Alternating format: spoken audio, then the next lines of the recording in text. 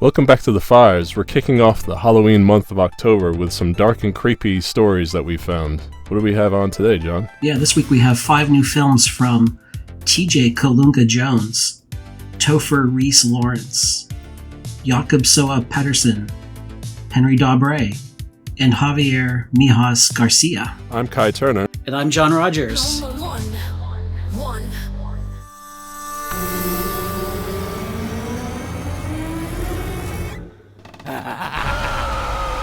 First up, we have Lurkadoo, episodes 1 and 2 from TJ Kalunga Jones, a London-based filmmaker. And what TJ has started here is a series inspired by various fears and anxieties he experienced as a child. At first, when you watch these, it doesn't seem too scary as we see this Lurkadoo character, and he almost looks like a Muppet character. But then he really surprises you when it possesses people and looks genuinely terrifying. It feels like a classic 1980s horror I grew up on, and I know TJ is exploring a 10-episode microdrama here as a format, and I think he's really nailed that format with mini recaps and suspense that leads you into the next episode. So I'm excited to see episodes 3 onwards. Yeah, what caught my attention here is that not only is this a great kind of spooky, scary origin for this new IP, but was that he's really trying to build out storytelling. He puts in his notes that he just feels that there's too many concept trailers being produced in the space, and he wanted to actually do some storytelling, and that's exactly what he's done here. And I think he's got the basis of what could be a really awesome micro-series, and I know we'll talk more about micro-series here later in this episode. Number two.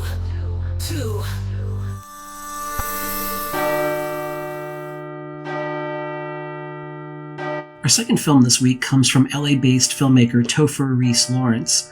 It's The Hunchback, a pop-punk revolution. And I've said on this podcast many times, I don't think there's enough filmmakers in the space building on public domain stories, kind of lore, folklore that's out there. And there's such a rich body of work that filmmakers can pull from. But that's exactly what Topher has done here. And I think he's really done an amazing job of taking the concept of the Hunchback of Notre Dame, but putting it in a modern, perhaps maybe slightly off in the future world where there's civil unrest, and I think it's just a great modernized take of the IP. Yeah, it feels like he's modernized it with a mashup of a few stories like V for Vendetta, The Hunger Games, and of course it's building on the story of the Hunchback of Notre Dame.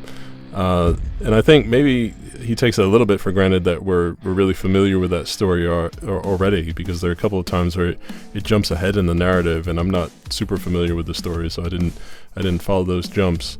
But overall, I really like this idea, like you said, of revisiting classic tales like this for modern times. And this feels like a proof of concept that lots of people could take on board and run with. Number three. Devil! Third, we have The Devil in the Church by Jakob Söe-Pedersen, a Stockholm-based filmmaker who's been continuing his Drakewood Monster Shelter series that I think the episode 2 was about a year ago, but this is episode 3. And this is also Jakob's third appearance on The Fives. He's a prolific creator within the series as well as other series that he does, and tends to enjoy this darker style. And this piece is about a monster who the townfolk have decided is a demonic being kind of trapped in this church, and we see how it's being eventually tamed or rescued by a woman who seems to operate in this world of monstrous creatures. And I'd really love to see more of this series. I like this idea of these nightmarish creatures that this woman is going out and collecting and taming.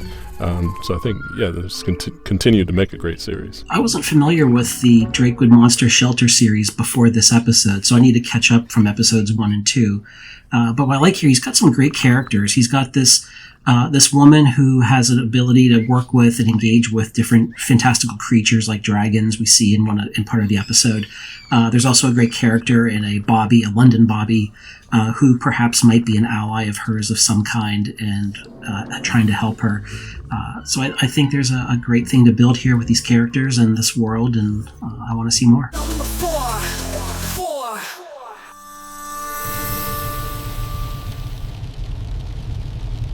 Our fourth film this week is really the beginning of a whole new series called The Hollow Pines from Henry Daubrez. Utah-based filmmaker who happens to be Google Labs in-house resident filmmaker who we've featured here several times in the past as well. And this is the beginning of a new microdrama series in a vertical format, really highlighting the capabilities of VO3's vertical storytelling capabilities here. And it's set up in what appears to be a Pacific Northwest, rainy, kind of spooky environment.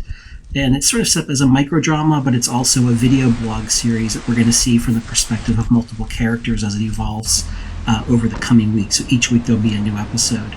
What Henry's done really well here is he's really been one of the first, if not the first that I've seen, to embrace the microdrama vertical format. And what I wanted to say about that is that I think that's one of the first areas where AI can really cross over into commercial filmmaking, because the short nature of the microdramas will work well with the AI video and overcome maybe some of the weaknesses that's in that space right now. So I want to see more of this, and I expect to see other filmmakers jump on this bandwagon and kind of follow in Henry's footsteps. Yeah, we featured Henry a lot. He's another prolific AI creator, and it's great to see him continue to experiment with storytelling formats like this.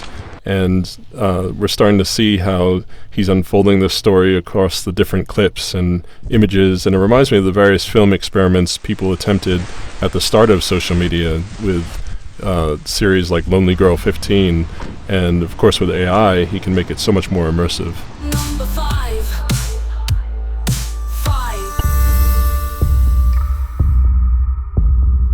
Finally, we have Alien No Hope by Javier, Mejias, Garcia. And this is, I'd say, more of a proof of concept again. It's heavily influenced by Alien Earth, maybe too influenced by Alien Earth, you could say.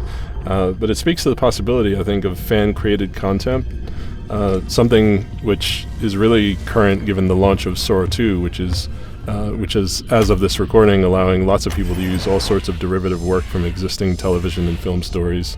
I think fan-generated stories excite me, but I'm not sure the studio system in Hollywood is ready to go there yet. Yeah, when I first saw this work from Javier, I immediately thought that this was more what I categorize as a fan fiction film, really riffing on something that we already know from an established studio or brand from, in this case, the really excellent Alien Earth series on Hulu. But what I do like what Javier's done here is he is highlighting the capability of, if studios could get over themselves, maybe working with fans to build on and riff on worlds or moments in these great IP franchises that they control, and really grow the pie in collaboration with fans. And I think what this work Javier's done is it just helps build on that conversation. Thanks. That's it for this week. If you enjoyed this, please like and subscribe. We'll see you next time.